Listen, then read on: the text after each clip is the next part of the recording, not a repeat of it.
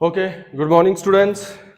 आपका लास्ट यहाँ पर मैंने वीडियो स्टॉप कर दिया था इसलिए क्योंकि 25 या 27 मिनट से ऊपर नहीं हम बनाएंगे इसलिए, ठीक है। तो ये वाला क्वेश्चन था, a polythene piece rubbed with wool is found to have 1.6 into 10 or -6 coulomb negative charge. Calculate the number of electrons transferred. तो हमें क्या निकालना है? n। ओके, एक और चीज मेरा बच्चा, जब भी हमें n निकालना होता है हम प्लस माइनस पर ध्यान नहीं देते क्योंकि प्लस माइनस का हम ध्यान नहीं देते, लेकिन आज सिखा देता हूं क्यों, ऐसा क्यों है। अभी देखो, हमें n निकालना है। अब देखिए हेयर क्या है, नेगेटिव चार्ज नहीं, n नहीं निकालना, कैलकुलेट, हाँ n ही निकालना है, नंबर ऑफ इलेक्ट्रॉन्स। और जो चार्ज है वो भी नेगेटिव है और है क्या, इलेक्ट्रॉन्स। तो इसका हेयर q क्या आ जाएगा, माइनस, नेगेटिव चार्ज है ना, कूलम, इलेक्ट्रॉन्स हैं तो क्या आ जाएगा, माइनस 1.6 इंटू 10⁻⁻19 कूलम। नहीं, चार्ज कितना दिया हुआ है मेरे बेटा, 90 नहीं है, -6। Okay, 1.6 into 10⁻⁻6 coulomb. और क्या निकाला बेटा, n। क्या निकालना है, n। लिख लिया। फिर आपको पता है क्या लिखना है, according to quantization of charge. According to quantization of charge तो क्या आ जाएगा, Q किसके बराबर, n E। तो क्या आ जाएगा, मुझे क्या निकालना, n किसके बराबर बेटा, Q अपॉन E। और n Q की वैल्यू डालो, -1.6 इंटू 10⁻⁻6 कूलम, 1.6 इंटू 10⁻⁻19 कूलम। और ये भी माइनस का, माइनस और माइनस कट गए, कूलम और कूलम कट गए, मर गए। और वहां से इधर आ रहा हूं, ये आपने लिख लिया होगा।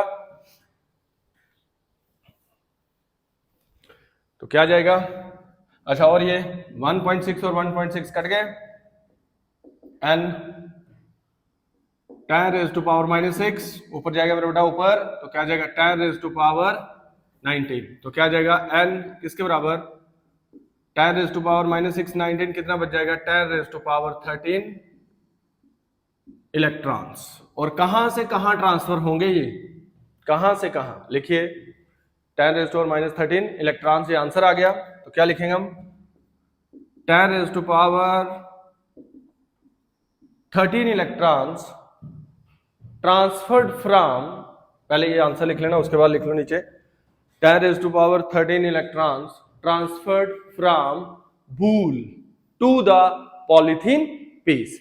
वूल से निकलेंगे और जाएंगे किसको, पॉलीथीन पीस को, तभी वूल पे आएगा पॉजिटिव चार्ज।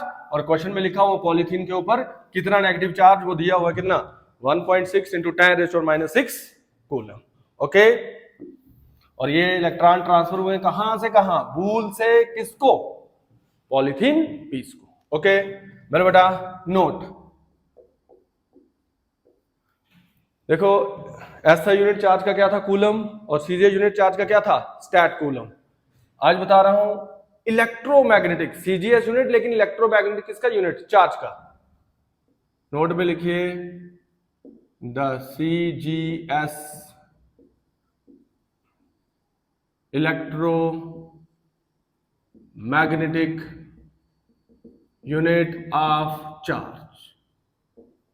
क्या मेरा बेटा, the CGS electromagnetic unit of charge is, क्या होता है, वो होता है एब कूलम। ये होता है सीजीएस, लेकिन इलेक्ट्रोस्टैटिक नहीं, electromagnetic unit of charge is एब कूलम। क्या मेरा बेटा, एब कूलम। और 1 एब कूलम किसके बराबर होता है, 10 कूलम की। ये वैल्यू है, कहीं मल्टीपल चॉइस आ सकता है कहीं भी कॉम्पिटिटिव एग्जाम में। तो 1 एब कूलम किसके बराबर, 10 कूलम। ओके, ये था मेरे बेटा, हम पढ़ रहे थे क्वांटाइजेशन ऑफ चार्ज, उसके बाद conservation of charge, additivity charge और क्वांटाइजेशन ऑफ चार्ज के ऊपर।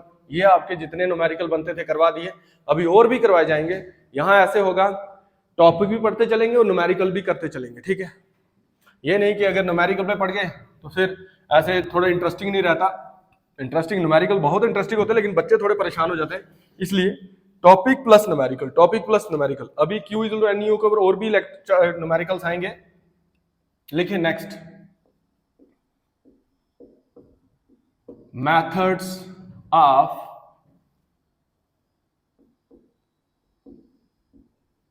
charging, methods of charging. Okay, अब ध्यान देना है, मेथड्स ऑफ चार्जिंग. मेरा बच्चा, हमारे पास मेथड्स ऑफ चार्जिंग है कितने? 3. कितने? 3. लिखिए मेथड्स ऑफ चार्जिंग. लिखिए there are 3 methods of charging. There are 3 methods of charging. Number 1, charging by friction. Number 2, charging by conduction. Number 3, charging by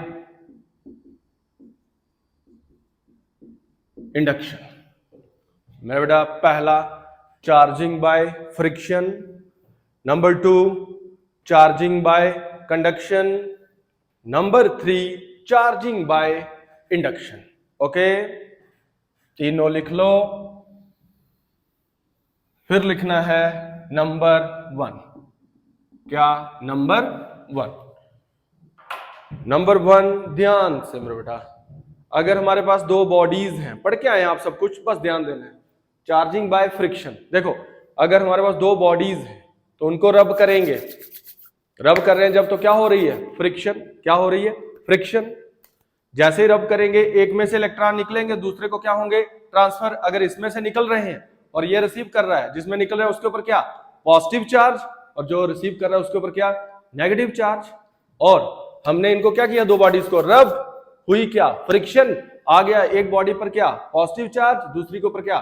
negative charge. वो क्यों आता है? क्योंकि एक से ट्रांसफर होते हैं, दूसरे को रिसीव होते हैं. जिससे ट्रांसफर होते हैं, जो लूज करता है उसके ऊपर आता है पॉजिटिव चार्ज, जो गेन करता है उसके ऊपर आता है क्या?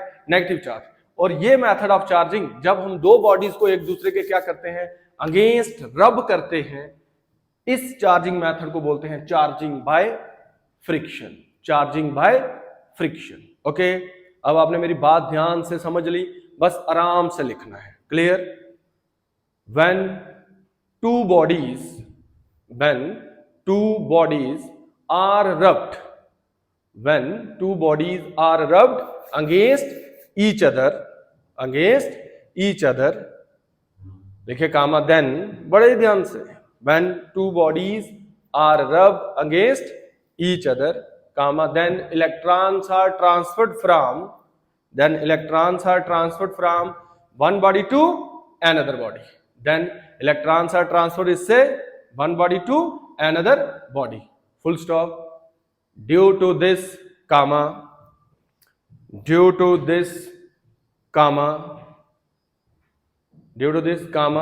the one body become positively charged. Due to this comma, the one body become positively charged and the other body become negatively charged.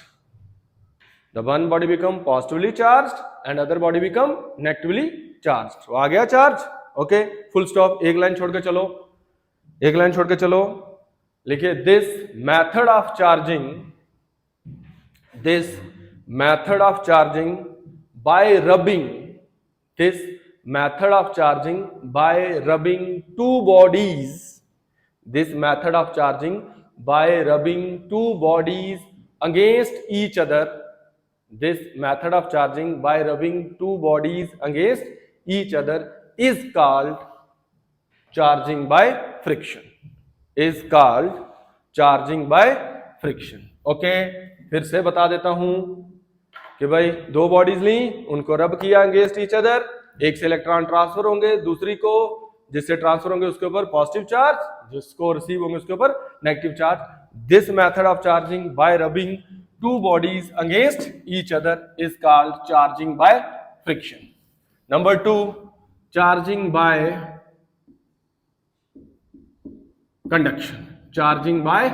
conduction. Okay, अब इधर ध्यान देना. अगर हमारे पास एक बॉडी क्या है? चार्ज्ड है. क्या है? चार्ज्ड है. और दूसरी बॉडी क्या है? अनचार्ज्ड, दूसरी बॉडी क्या है? अनचार्ज। इसको भी ऐसे बना लेते हैं, क्या है? अनचार्ज्ड। तो जैसे हम इस वाली बॉडी को इसके साथ क्या करेंगे?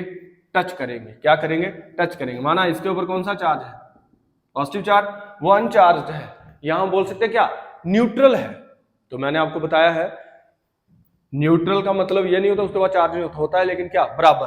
तो ध्यान रखना उसके ऊपर बराबर चार्ज था, positive negative positive negative positive negative थी। लेकिन जैसे हमने चार्ज बॉडी, ये प्लस चार्ज बॉडी उसके पास रखी, तो होगा क्या? नेगेटिव वाले इधर आ जाएंगे और जो पॉजिटिव वाले हैं वो रिपेल हो जाएंगे। ओके, पॉजिटिव वाले क्या हो जाएंगे? रिपेल। देखो अनचार्ज बॉडी के ऊपर कोई चार्ज नहीं था, लेकिन जैसे हमने चार्ज्ड बॉडी को उसके साथ क्या किया? टच। क्या किया? टच। तो उसके ऊपर भी क्या आ गया? चार्ज। क्या आ गया? चार्ज। इसको बोलते हैं चार्जिंग बाय कंडक्शन। क्या बोलते हैं? Charging by conduction. तो सुनिए, हिंदी में बता दिया मैंने, फिर से बता देता हूं। अगर एक हमारे पास चार्ज बॉडी है, उसको हम किसके साथ टच करेंगे? अनचार्ज बॉडी के साथ। तो अनचार्ज बॉडी के ऊपर भी क्या आ जाएगा? चार्ज। और ये मेथड ऑफ चार्जिंग, जब हम दो बॉडीज को एक दूसरे के अगेंस्ट क्या करते हैं? टच, इसको बोलते हैं चार्जिंग बाय कंडक्शन। क्या बोलते हैं? Charging by conduction. तो क्या? When a charged body, when a charged body is touched,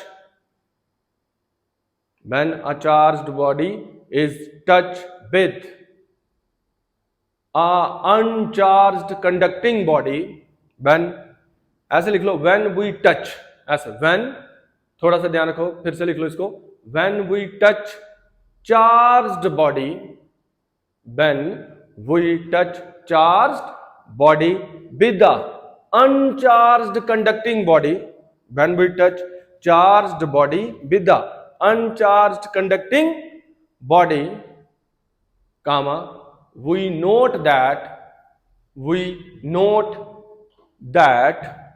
uncharged body also charged, we note that uncharged body also charged, full stop। एक लाइन छोड़ के चलो, लिखिए this method of charging,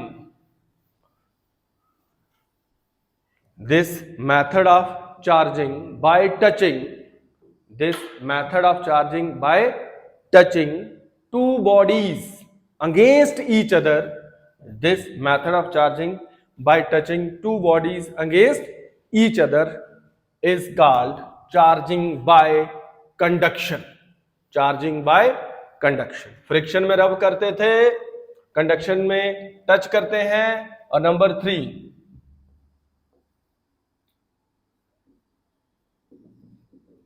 charging by induction, charging by induction, charging by induction. तो ध्यान रखना यहां भी एक चार्ज्ड बॉडी है और दूसरी कौन सी है? अनचार्ज्ड बॉडी है। और अनचार्ज या न्यूट्रल बॉडी का ये मतलब नहीं होता कि उसके ऊपर चार्ज नहीं है, भाई होता है, लेकिन क्या है? बराबर होता है, तभी उसके ऊपर कोई चार्ज नहीं है। लेट अस सपोज ये लॉस करेगी इलेक्ट्रॉन, तो इसके ऊपर क्या जाएगा? Positive charge. गेन करेगी तो इसके ऊपर क्या जाएगा? Negative charge. तो हमारे पास चार्ज बॉडी थी, तो चार्ज बॉडी को क्या कर दिया? उसके पास रख दिया, टच नहीं करना है, उसके पास रख दिया। माना इस चार्ज बॉडी के ऊपर चार्ज क्या था? पॉजिटिव, तो उसका नेगेटिव इधर आ जाएगा, पॉजिटिव रिपेल हो जाएगा। पहले दूसरे वाले में उसको टच कर रहे थे, लेकिन इसको हम टच नहीं कर रहे हैं। देखो इसके ऊपर क्या आ गया? इस वाली बॉडी पर ये ट्रांसफर नहीं हुआ है, एक मिनट ध्यान देना। इस वाली बॉडी के ऊपर क्या आ गया? चार्ज। जो ये चार्ज आया है, इस चार्ज को जब हमने ये वाली चार्ज बॉडी को इसके पास रखा, इस चार्ज को जो आया है इसको बोलते हैं इंड्यूस्ड चार्ज। क्या बोलते हैं? Induced charge. और जिसकी वजह से आया है उसको बोलते हैं इंड्यूसिंग चार्ज। क्लियर भाई? अगर इस चार्ज बॉडी को इसके पास रखेंगे तभी उसके ऊपर चार्ज आएगा। ऐसा करने पर जो चार्ज आएगा उसको बोलते हैं इंड्यूस्ड चार्ज। अगर मैं इसको इसके पास ना रखूं तो इसके ऊपर चार्ज नहीं आएगा। जैसे आप मेरी क्लास में बैठे हुए पढ़ रहे हैं, ठीक है, आप मेरी क्लास में बैठेंगे तो आपको ये वाली आवाज आ रही होगी, ठीक है। अगर क्लास में नहीं बैठे मैं ऑफलाइन क्लास की बात कर रहा हूँ।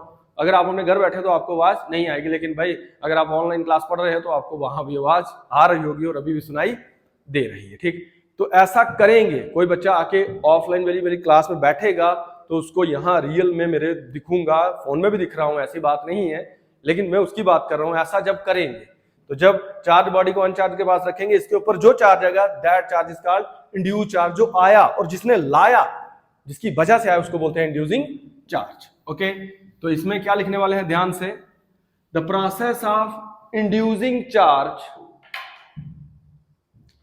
देखो इधर इसके ऊपर कोई चार्ज नहीं, इसके ऊपर चार्ज था, इसको इसके पास रखा, इसके ऊपर भी क्या आ गया, चार्ज। और ये क्या थी, चार्ज बॉडी, और ये क्या थी, अनचार्ज। और इसको बोलते हैं इलेक्ट्रोस्टैटिक इंडक्शन। क्या बोलते हैं, इलेक्ट्रोस्टैटिक इंडक्शन। और process of induction involves the following 5 steps. 5 steps में आपको प्रोसेस समझ आएगा किसका, चार्जिंग बाय इंडक्शन। तो सुनिए, लिखिए हेडिंग, चार्जिंग बाय इंडक्शन लिखिए। The process of inducing charge, the process of inducing charge in a uncharged body, the process of inducing charge in a uncharged body when another charged body brought near it, when another charged body brought near it is called electrostatic induction। डाल लेंगे spelling, कोई परेशानी नहीं,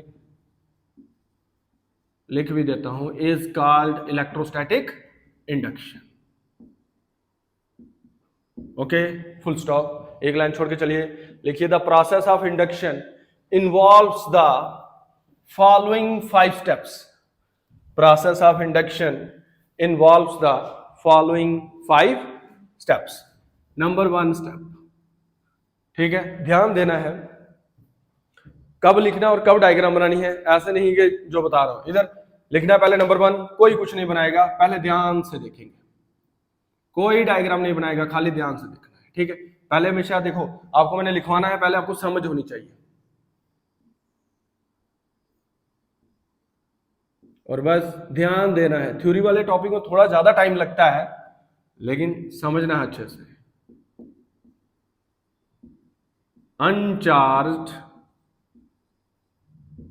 metallic sphere, और किसके ऊपर रखा हुआ है, इंसुलेटेड स्टैंड के ऊपर। किसके ऊपर, इंसुलेटेड स्टैंड के ऊपर। ये नहीं कि अगर ये भी कंडक्टिंग होता है, ये सारा चार्ज इसके ऊपर जो बाद में आएगा वो कहां चला जाएगा, स्टैंड में, तो वो नहीं। ठीक है, तो सुनिए, पहले लिखना है नंबर 1 पॉइंट, जो स्टेप नंबर 1 है, consider an uncharged metallic sphere, consider an uncharged metallic sphere on an insulating stand। तो क्या नंबर 1 पॉइंट आपने लिखा, consider an uncharged metallic sphere on an insulating stand as shown. पहले ऊपर लिखना है, अब कॉपी के सेंटर में बनानी है क्या, डायग्राम। क्लियर, और आपको पता है आप वीडियो को पॉज करके डायग्राम बना सकते हैं। ओके, अब जो नंबर 2 स्टेप है वो इसके नीचे लिखना है। क्लियर, नीचे लिखना है, फिर डायग्राम आएगी जब मैं बोलूंगा। मैं तो आपको समझाने के लिए पहले डायग्राम बना दूंगा अभी। ठीक है, ओके, अब नंबर 2 स्टेप लिखिए, पहला बना लिया, और नंबर 2 स्टेप लिखिए। पहले समझना है। ओके, नंबर 2 स्टेप में इस स्फीयर के पास रखी गई है एक क्या, ग्लास रॉड। क्या रखी गई है, एक ग्लास रॉड, और उसके ऊपर कौन सा चार्ज, पॉजिटिव चार्ज। अब आपके माइंड में आएगा सर पॉजिटिव ही क्यों, नेगेटिव क्यों नहीं। मेरा बेटा नेगेटिव भी रख सकते हैं। क्लियर, हम हमेशा पॉजिटिव काम करते हैं, इसलिए यहां पॉजिटिव चार्ज रखा जाएगा। जब मैं पूरा क्वेश्चन समझा दूंगा, मैं आपको बता दूंगा अगर नेगेटिव रखेंगे तो क्या होगा। ओके, टेंशन लेने की कोई जरूरत नहीं है, सारी चीजें समझा दी जाएंगी, बस ध्यान रखना है। पॉजिटिव क्यों रखा है, हम हमेशा कौन सा काम करते हैं, पॉजिटिव। तो नंबर 2 स्टेप में देखिए हमने क्या किया, एक पॉजिटिव ग्लास रॉड किसके पास रखी, स्फीयर के पास। अब इधर सुनो, स्फीयर अनचार्ज्ड है। अनचार्ज का ये मतलब नहीं है कि भाई उसके ऊपर चार्ज नहीं है, लेकिन क्या है, बराबर है, positive negative positive negative positive negative positive negative positive negative. लेकिन जैसे ही हमने ग्लास रॉड को इसके पास रखा, ये पॉजिटिव वाला किसको अट्रैक्ट करेगा, देखिए जब अनचार्ज था तो पॉजिटिव और नेगेटिव दोनों बीच में सेंटर में बैठे हुए हैं, जहां भी बैठे हुए हैं दोनों एक दूसरे का हाथ पकड़ के, जबरदस्त सेटिंग है, क्या है, जबरदस्त सेटिंग। लेकिन जैसे ही तीसरा बंदा आया, देखना इनकी सेटिंग कैसे टूटती है, ठीक है। ध्यान रखना, आपकी फिजिक्स जब आप पैदा होते हैं वहां से शुरू होती है और मरने तक यूज होती है। और ध्यान रखना, इसके बीच की जिंदगी भी सारी फिजिक्स है, कहीं भी अप्लाई कर लो, ठीक है, वहां भी अप्लाई कर लेना, ठीक है, हर जगह फिजिक्स है। तो इधर आपको फिजिक्स के साथ साथ और भी चीजें मैं समझा दूंगा कि आपको जिंदगी में कैसे चलना है। ये नहीं कि खाली फिजिक्स पढ़ते रहिए यार, ये नहीं, आपको और भी बड़ी सारी चीजें पता होनी चाहिए कि कैसे आपको सर्वाइव करना है सोसाइटी में, हर एक चीज। ओके, तो इधर ध्यान दो, दोनों सेटिंग बना के बैठे होते, तीसरा बंदा कौन आया, ग्लास रॉड, तो क्या करेगा, नेगेटिव वालों को अट्रैक्ट, पॉजिटिव वालों को रिपेल। तो देखिए पहले दोनों के पॉजिटिव और नेगेटिव के सेंटर ऐसे थे, जुड़े हुए थे, दोनों जुड़े हुए थे, लेकिन अब क्या हो जाएंगे, अलग। कैसे अलग हो जाएंगे, नेगेटिव वाला किधर आ जाएगा, ग्लास रॉड की तरफ, और पॉजिटिव वाला को वो क्या कर देगा, रिपेल। पहले दोनों के सेंटर एक थे, दोनों पॉजिटिव और नेगेटिव जिंद जान एक थी, लेकिन जैसे ग्लास रॉड आया, नेगेटिव वाला इधर और पॉजिटिव वाला उधर। ओके, ये है सेकंड स्टेप, क्लियर। तो सुनिए, जब हम ग्लास रॉड को लाएंगे अनचार्ज स्फीयर के पास, देन जो centre of positive and negative charge are separated in the sphere, अलग अलग हो गए, and the negative charge move towards the glass rod. पहले आप लिखेंगे फिर डायग्राम बनाएंगे कैप के सेंटर में। लिखिए number 2 point, when we bring positively charged glass rod, when we bring positively charged glass rod near the uncharged sphere, when we bring positively charged glass rod near the uncharged sphere, comma then center of positive charge and negative charge, ऐसे जुड़े हुए थे, setting थी, comma then center of positive charge and negative charge are separated in the sphere, center of positive charge and negative charge are separated in the sphere, and center of negative charge move towards the glass rod, and center of negative charge move towards the glass rod. Okay, full stop. अब लिख लिया second point, अब copy के centre में बनाइए क्या, diagram. Okay, और आपको पता पास करके आप डायग्राम बना लेना। ओके, अब मैं बता रहा हूं नंबर 3 स्टेप, पहले लिखवाऊंगा, पहले समझाऊंगा, फिर लिखवा दूंगा, फिर आपने डायग्राम बनानी है। तो क्या, अब भाई ये सिंबल है किसका, अर्थ का। ओके, जब मैं ऑफलाइन पढ़ा रहा था, मैंने देखा बच्चे ने क्वेश्चन पूछा कि सर इसको अर्थ क्यों किया। भाई अर्थ एक बहुत बड़ी चार्ज बॉडी है, अगर हमारे पास कोई भी एक्स्ट्रा चार्ज हो, जितना मर्जी चार्ज हो, वो अर्थ उसको क्या कर लेती है, ऑब्जॉर्व कर ले। बहुत बड़ी चार्ज बॉडी है। अगर आपको कोई पूछता है सबसे बड़ी चार्ज बॉडी कौन सी है, तो वो क्या है, अर्थ। सारा चार्ज ऑब्जॉर्व कर लेती है। तभी देखना जो बड़ी बड़ी बिल्डिंग्स है उनको अर्थ किया होता है। जो आजकल लोग लेटेस्ट घर बना रहे हैं अर्थ किए होते हैं। आप देखना कहीं पोल लगा होगा, पोल के नीचे एक स्ट्रिप लगी होगी, उसको जमीन में दसाया होगा। क्यों? क्योंकि अगर पोल के ऊपर कोई वायर शॉर्ट हो जाती है, वो सारा चार्ज कहाँ चला जाएगा, जमीन में। ठीक है, आप देखना घर में प्रेस होते हैं, उसके 3 शू होते हैं यार, 3 स्विच, उसमें एक अर्थ का होता है। ठीक है, अब इधर नंबर 3 तो क्या करेंगे, जो आपका आउटर साइड है स्फीयर की, नंबर 3 पॉइंट पहले लिखना है। जो आउटर साइड है स्फीयर, उसको क्या कर दिया, अर्थ। क्या कर दिया, अर्थ। अब देखो पहले पॉजिटिव नेगेटिव हाथ पकड़ के बैठे हुए थे, अब अलग अलग है। जो पॉजिटिव चार्ज है, फ्री चार्ज मतलब कौन, पॉजिटिव चार्ज, वो कहां चला जाएगा, किसमें चला जाएगा, अर्थ में। किसमें चला जाएगा, अर्थ में। ओके, तो number 3 point, now connect the outer side of the sphere to earth. Now connect the outer side of the sphere to earth.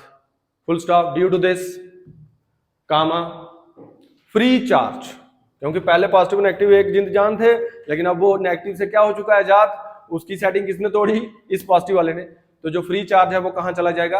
अर्थ में। Due to this free charge, bracket में क्या लिखना है? Positive charge goes to earth, goes to earth. और ये diagram बना लेनी है, वो आप पॉज करके बना सकते हैं। नंबर 4, अब सफियर को डिस्कनेक्ट कर देंगे किससे? अर्थ से। किससे? अर्थ से। देखो पहले अर्थ और इस पॉजिटिव चार्ज ने इसको अंदर सपोर्ट करके रखा था, जैसे ही डिस्कनेक्ट कर देंगे तो ये चार्ज कहां चला जाएगा? बाहर वाली साइड। ओके, तो नंबर 4 पॉइंट में लिखिए, now disconnect the sphere from earth. Now disconnect the sphere from earth. लिखने के बाद ये डायग्राम बनानी है। ओके, नंबर 5, अब मेरा बच्चा ये इधर नेगेटिव किसकी वजह से रुका हुआ? पॉजिटिव की वजह से। अब क्या करने वाले हैं? इस ग्लास रॉड को हटा रहे हैं। क्या कर रहे हैं? हटा रहे हैं। जो ये सारा नेगेटिव चार्ज है वो यूनिफॉर्मली क्या हो जाएगा? डिस्ट्रीब्यूटेड। क्या हो जाएगा? डिस्ट्रीब्यूट। तो हम उसको ऐसा लिख देंगे, यूनिफॉर्मली डिस्ट्रीब्यूटेड। ठीक है, तो क्या नंबर 5 स्टेप में हमने जो ग्लास रॉड थी उसको रिमूव कर दिया। जो नेगेटिव चार्ज है on the sphere is uniformly distributed as shown. Okay, तो नंबर 5 पॉइंट लिखिए, when we remove the glass rod, when we remove the glass rod, comma negative charge on the sphere distributed uniformly, distributed uniformly as shown. Okay, clear? यही 5 step थे। देखिए start में sphere के ऊपर कोई charge नहीं था, ग्लास रॉड कौन सी लाई? पॉजिटिव। तो स्फीयर के ऊपर कौन सा चार्ज आया? नेगेटिव। अगर ग्लास रॉड आती नेगेटिव तो स्फीयर के ऊपर कौन सा चार्ज आता? पॉजिटिव। तो लिखेंगे इसके नीचे हेंस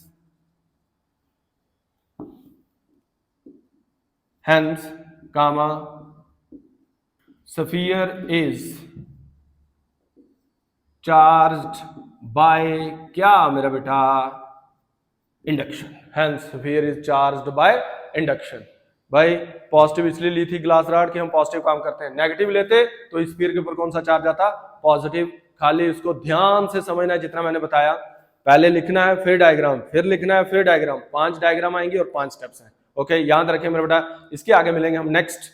इसके पहले कंसेप्ट बताऊंगा, फिर उसके आगे हम कूलम्स लॉ शुरू करेंगे।